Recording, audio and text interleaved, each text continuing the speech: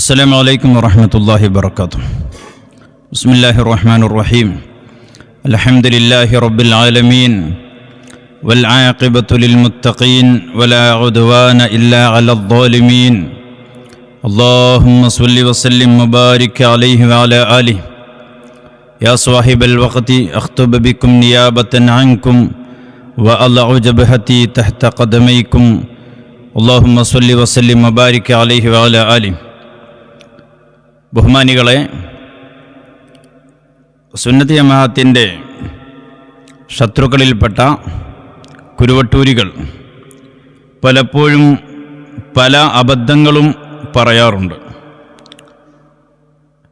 കിതാബുകളെക്കുറിച്ച് യാതൊരു വിവരവുമില്ല, തസവുഫിനെക്കുറിച്ച് തീരെ അറിയില്ല.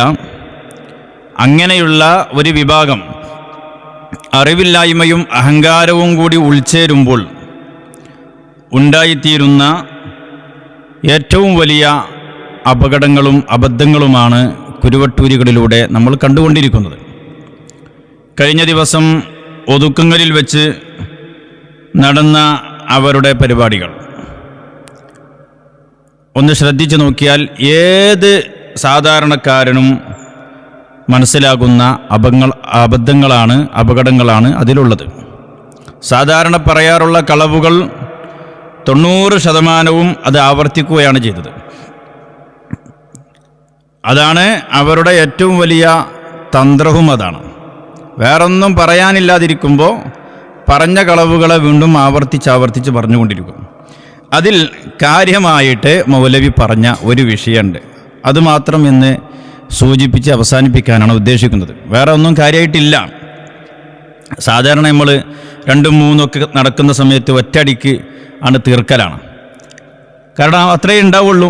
ഒരു പരിപാടി നടന്നു കഴിഞ്ഞാൽ 4 മണിക്കൂറോ 6 മണിക്കൂറോ ഒക്കെ പ്രസംഗിച്ചാൽ ഒന്നും ഉണ്ടാവില്ല, പുതിയതായിട്ടൊന്നും ഉണ്ടാവില്ല, പഴയതിങ്ങനെ ആവർത്തിക്കണം.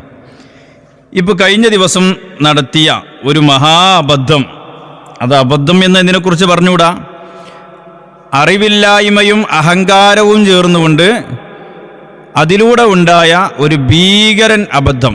അതാണ് ബഹുമാനപ്പെട്ട റിഫായി ശൈഖ് റളിയല്ലാഹു അൻഹുവിൻ്റെ സ്ഥാനനാമവുമായി ബന്ധപ്പെട്ട് മൗലവി പറഞ്ഞത്.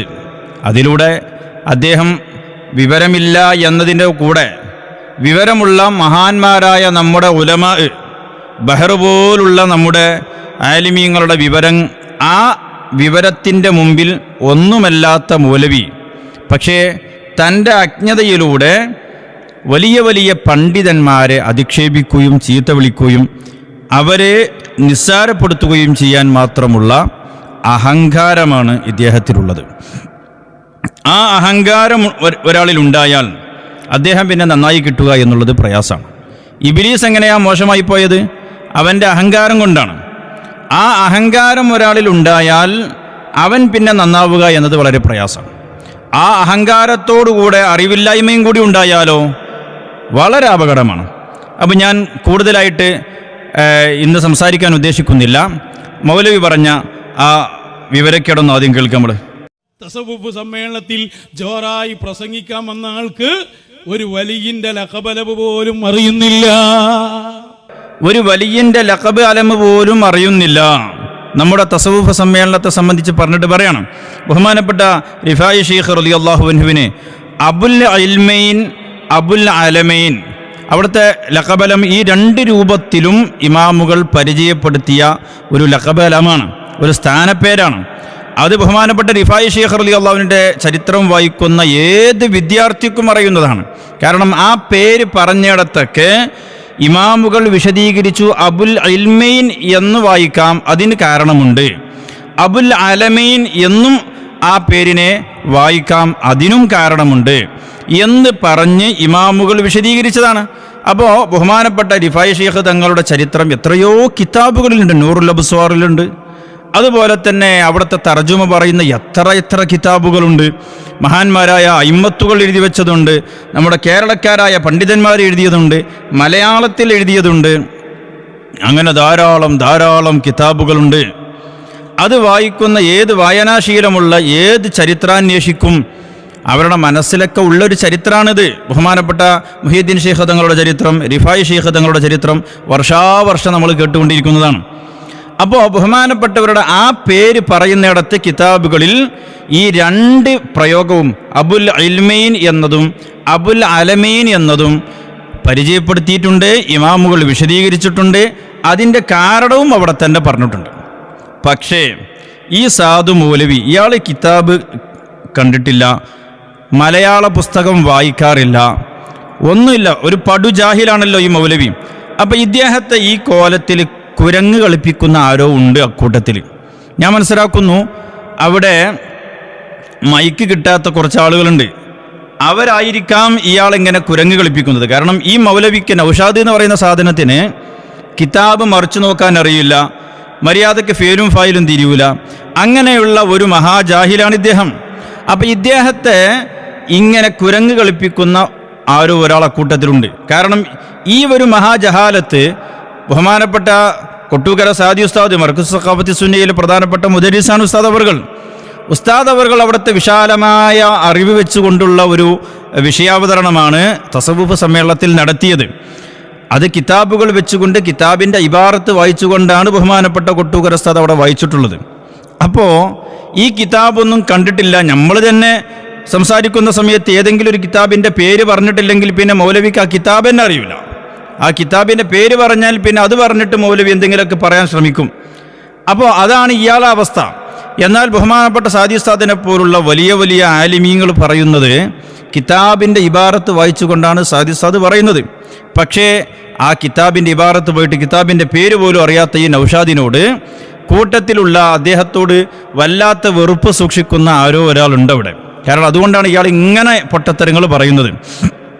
പൊട്ടത്തരെന്ന് മാത്രമല്ല, അറിവില്ലായ്മയും ഉളുപ്പില്ലായ്മയും കൂടി ഉണ്ടാകണം, എന്നാലേ ഈ മഹാവിവരക്കേട് നമ്മുടെ മഹാന്മാരായ പണ്ഡിതന്മാരുടെ പേരിൽ ഇങ്ങനെ പറയാൻ പറ്റുള്ളൂ. അപ്പോൾ ഇദ്ദേഹത്തിന് ആരോ ഒരാൾ അബുൽ അലമൈനി എന്ന് പറയുന്ന ഭാഗം മാത്രം കാണിച്ചു കൊടുത്തിട്ട് അത് വലിയ തെറ്റാണ്, വലിയ അബദ്ധമാണ്, അവർ ആ കിതാബ് കണ്ടിട്ടില്ല എന്ന് പറഞ്ഞ് പ്രസംഗിക്കണം എന്ന് പറഞ്ഞു കൊടുത്ത് വിട്ടതാണ്. കാരണം ആ പറഞ്ഞു വിട്ടവനറിയാം അതിൻ്റെ പിറ്റേന്ന് നമ്മളത് പിടികൂടുന്നറിയാം. അങ്ങനെ പിടികൂടി നൗഷാദിനെ അങ്ങനെ ഫ്രൈ ചെയ്യുന്നത് കാണാൻ കാത്തിരിക്കുന്നവർ അക്കൂട്ടത്തിലുണ്ട്. അദ്ദേഹമാണ് ഈ നൗഷാദിനെ ഇങ്ങനെ വിട്ട് പൊട്ടാൻ കളിപ്പിക്കുന്നത്. ഇയാൾ പറയട്ടെ. ഇന്നലെ ഞാൻ തസവുഫ് സമ്മേളനം ഇങ്ങനെ ശ്രദ്ധിച്ചപ്പോ റിഫായി ഷെയ്ഖിനെ സംബന്ധിച്ച് പറയാണ്. റിഫായി ഷെയ്ഖിന് നമ്മളൊക്കെ പറയുന്നൊരു പേരില്ലേ അബുൽ അലമൈൻ. ആ പേര് ഇയാൾ വായിക്കുന്ന എങ്ങനെയാണെന്നറിയോ? അബുൽ ഇൽമൈൻ. അപ്പൊ എന്താണ്, ഒരു വലിയന്റെ സ്ഥാനപ്പേര് പോലും വായിക്കാൻ അറിയില്ല എന്ന് പറഞ്ഞിട്ട് ഇപ്പം എന്താണ് കേസ്? ഇപ്പം എന്താണ്? അബുൽ ഇൽമൈൻ എന്ന് വായിച്ചു. അങ്ങനെ വായിക്കാൻ പാടില്ല, അത് വലിയ തെറ്റാണ് എന്നൊക്കെയാണ് ഈ മൗലവി പറയുന്നത്. എന്തൊരു അഹങ്കാര, എന്തൊരു അഹങ്കാരം ആലോചിച്ച് നോക്ക് നിങ്ങൾ. ലാ യദ്ഖുലുൽ ജന്നത മൻ കാന ഫീ ഖൽബിഹി മിസ്ഖാലു ദർറത്തിൻ മിൻ കിബ്ർ. അണുമണി തൂക്കം കിബറുള്ളവൻ ഒരിക്കലും സ്വർഗത്തിൽ കടക്കുകയില്ല എന്ന് ഹബീബായ മുഹമ്മദുർ റസൂലുള്ളാഹി സ്വല്ലല്ലാഹു അലൈഹി വസല്ലം തങ്ങൾ അവിടെ നിന്ന് നമ്മെ പഠിപ്പിക്കുകയാണ് അല്ലേ. അപ്പം ഇയാൾ തസവുഫ് സമ്മേളനം കേട്ടു എന്നാണ് പറയുന്നത്. നല്ല നിൽക്കൊന്ന് കേട്ടുകൂടായിരുന്നോ മൗലവി? നന്നാകണമെന്ന് ആഗ്രഹിച്ച് കേട്ടുകൂടായിരുന്നോ? ബഹുമാനപ്പെട്ട റഈസുൽ ഉലമയടക്കം ഞങ്ങളെ വലിയ വലിയ ആലിമീങ്ങൾ പങ്കെടുത്ത് ഗഹനമായ വിഷയാവതരണങ്ങൾ നടന്ന പ്രൗഢമായ ഞങ്ങളുടെ സമ്മേളനം അത് കേട്ടു എന്ന് പറഞ്ഞത് ശരിയാണെങ്കിൽ, നല്ല മനസ്സോടെ കേട്ടിരുന്നെങ്കിൽ താങ്കളുടെ എല്ലാ അഹങ്കാരവും എല്ലാ അജ്ഞതയും താങ്കളിൽ നിന്ന് അത് ഉരുകി ഒലിക്കാൻ മാത്രമുള്ള നല്ല ഗഹനമായ പഠനാർഹമായ ഇഖ്ലാസുള്ള നല്ല പരിപാടിയായിരുന്നു.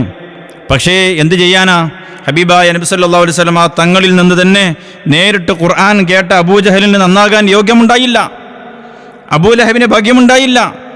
അതുപോലെ താങ്കൾക്കും തസവുഫ് സമ്മേളനം കേട്ടു എന്നിട്ടും ഒരു മാറ്റവും ഉണ്ടായില്ല. ആ അറിവുകളിൽ തന്നെയാണുള്ളത്. അപ്പോൾ അബുൽ ഇൽമൈൻ എന്ന് വായിച്ചത് തെറ്റാണ് പോൽ. നമുക്ക് നോക്കാം എന്താണ് ഇമാമുകൾ അതിനെ സംബന്ധിച്ച് പറഞ്ഞതെന്ന്. മൗലവി തന്നെ പറയട്ടെ.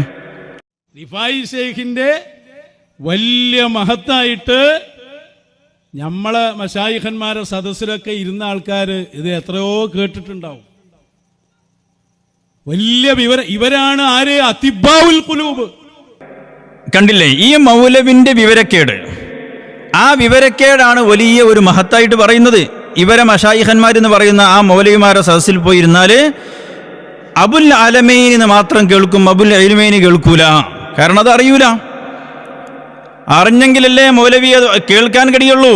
അവർക്ക് പറയണമെങ്കിൽ അറിയണ്ടേ, കിതാബ് നോക്കി പഠിച്ചാലല്ലേ വിവരം കിട്ടുള്ളൂ.